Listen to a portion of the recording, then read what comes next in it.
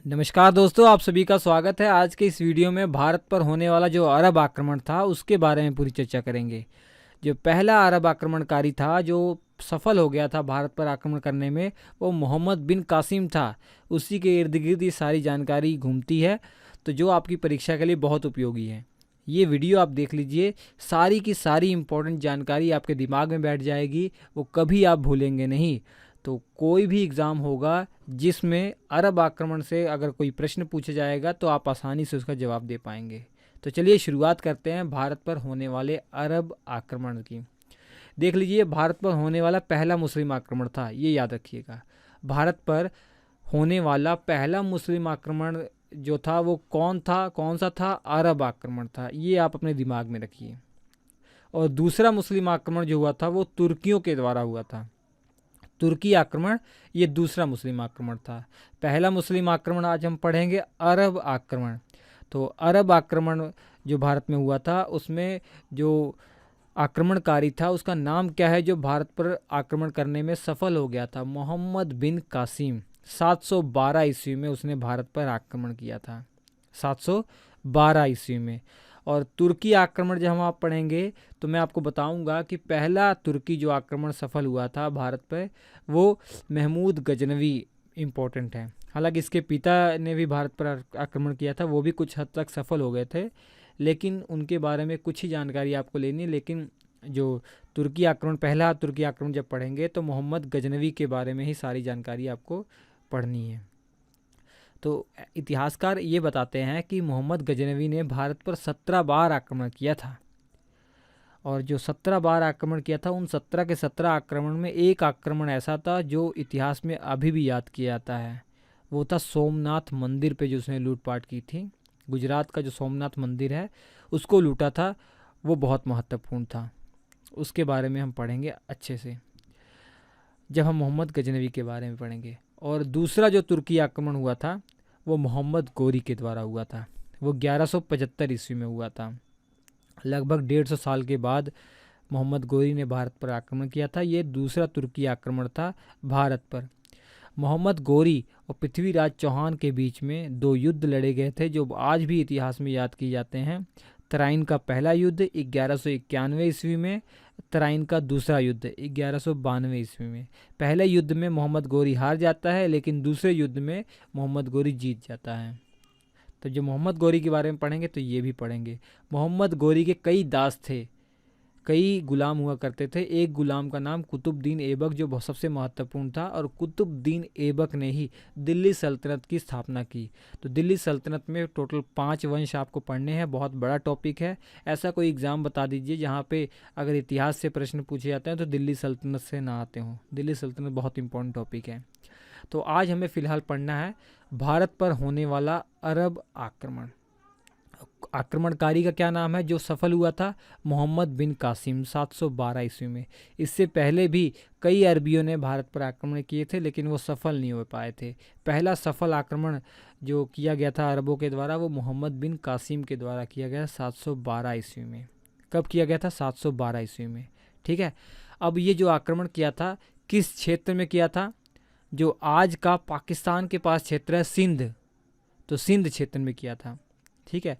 बंटवारा तो 1947 के बाद ही हुआ है, लेकिन उससे पहले पाकिस्तान वाला जो रीजन था ये भी भारत का हिस्सा था।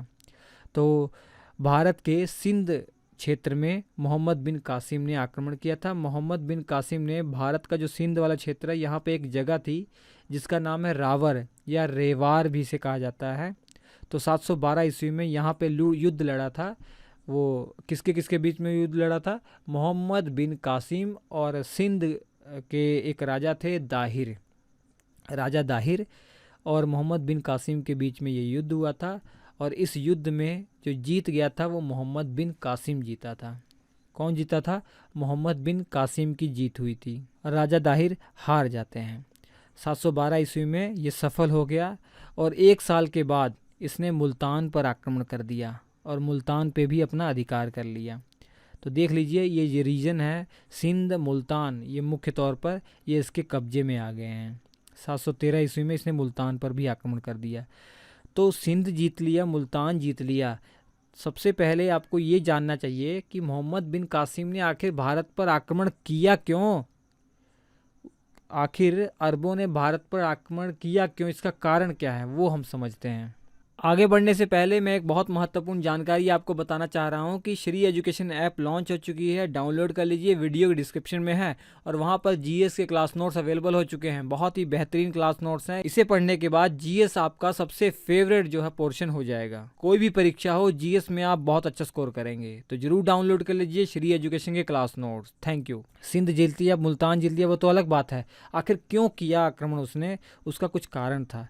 तो सबसे पहला कारण तो धन की लूटपाट करना, क्योंकि उस समय ये कहा जाता है कि भारत जो हमारा है वो सोने की चिड़िया हुआ करता था। वो सोने की चिड़िया हुआ करता था और पूरे विश्व में इसका नाम था कि एक ऐसा देश है जो आर्थिक तौर पर बहुत ही मजबूत है। तो सभी जो लोग थे इच्छा रखते थे कि भारत से वो आर्थिक जो है लूटपाट करें। तो अरबों की भी यही इच्छा थी, धन की लूटपाट करना इनका उद्देश्य था। और दूसरा जो उद्देश्य था, ये अपने धर्म का प्रचार करना चाह रहे थे। ये मुस्लिम थे और ये अपने इस्लाम धर्म का प्रचार पूरी दुनिया में करना चाह रहे थे, पूरी दुनिया में फैलाना चाह रहे थे। उस उद्देश्य से भी इन्होंने भारत पर आक्रमण किया था।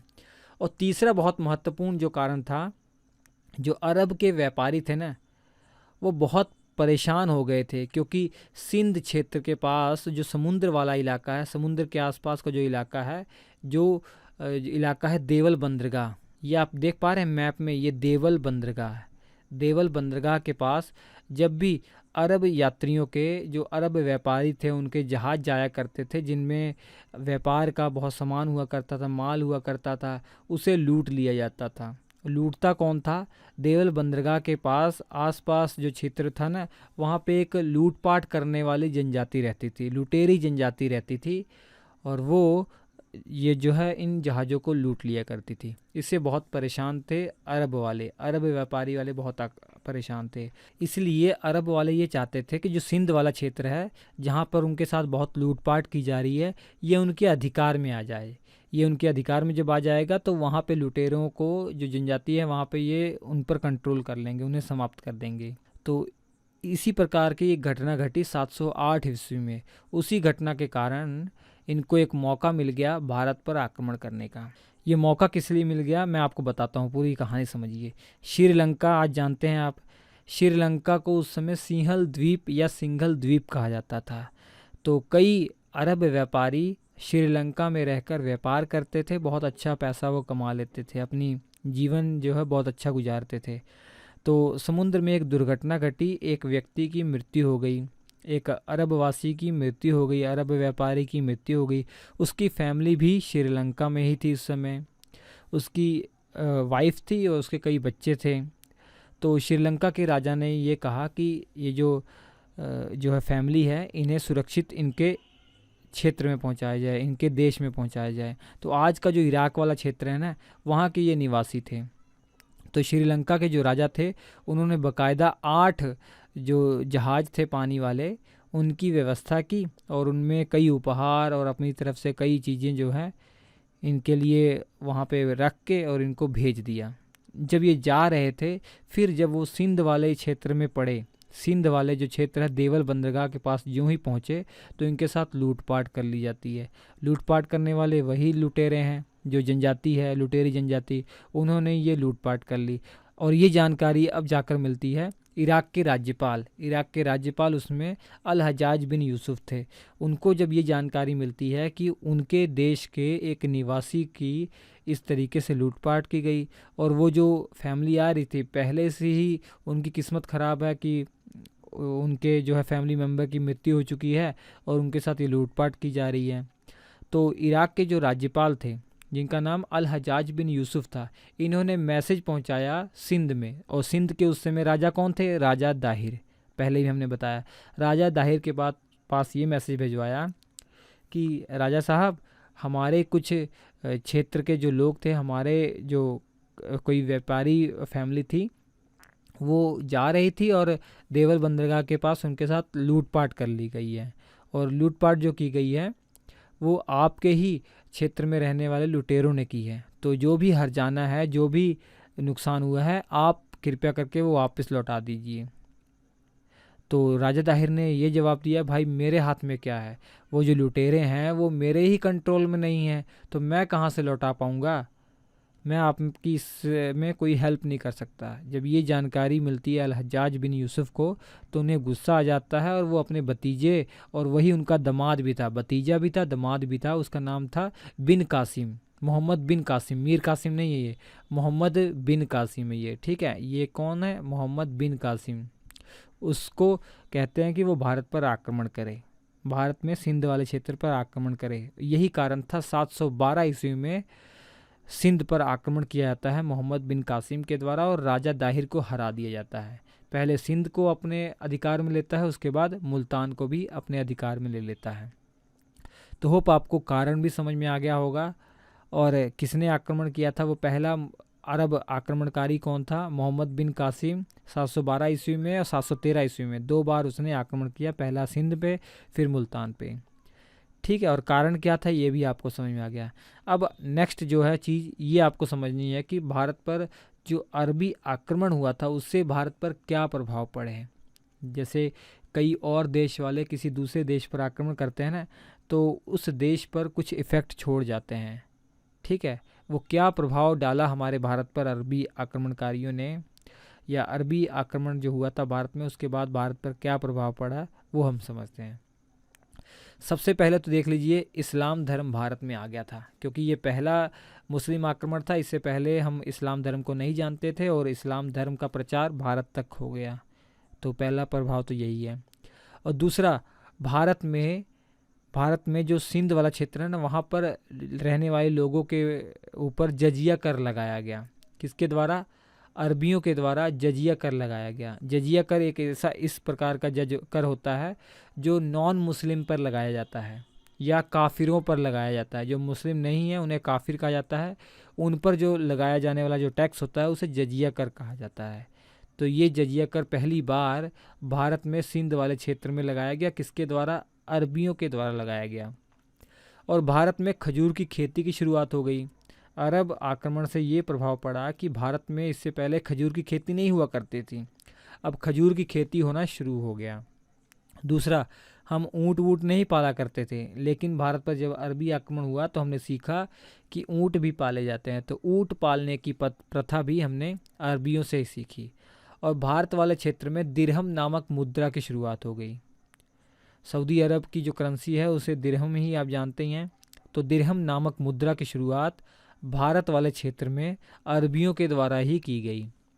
और अरबियों ने हमारे भारत से क्या सीखा, बहुत महत्वपूर्ण है, दशमलव प्रणाली, ठीक है। दशमलव प्रणाली अरबियों ने हमारे भारत से ही सीखी है। डेसिमल सिस्टम अरबियों ने किसे सीखा, भारत से ही सीखा है।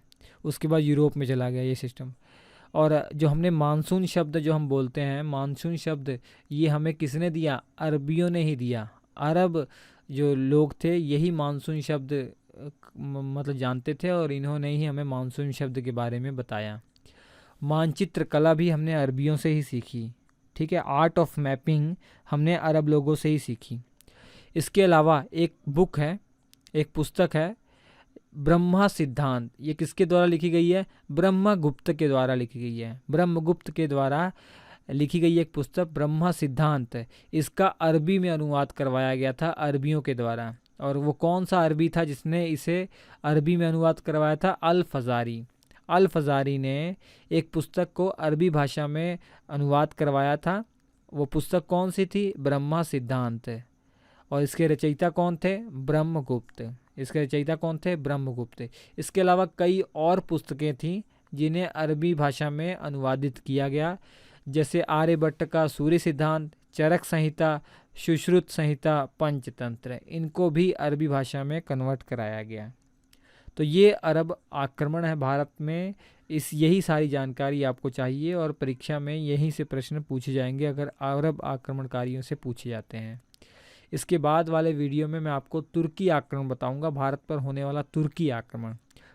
उम्मीद कर रहा हूँ आपको ये पूरी जानकारी समझ में आ गई होगी। कोई डाउट रह गया तो आप कमेंट करके पूछ सकते हैं। नमस्कार।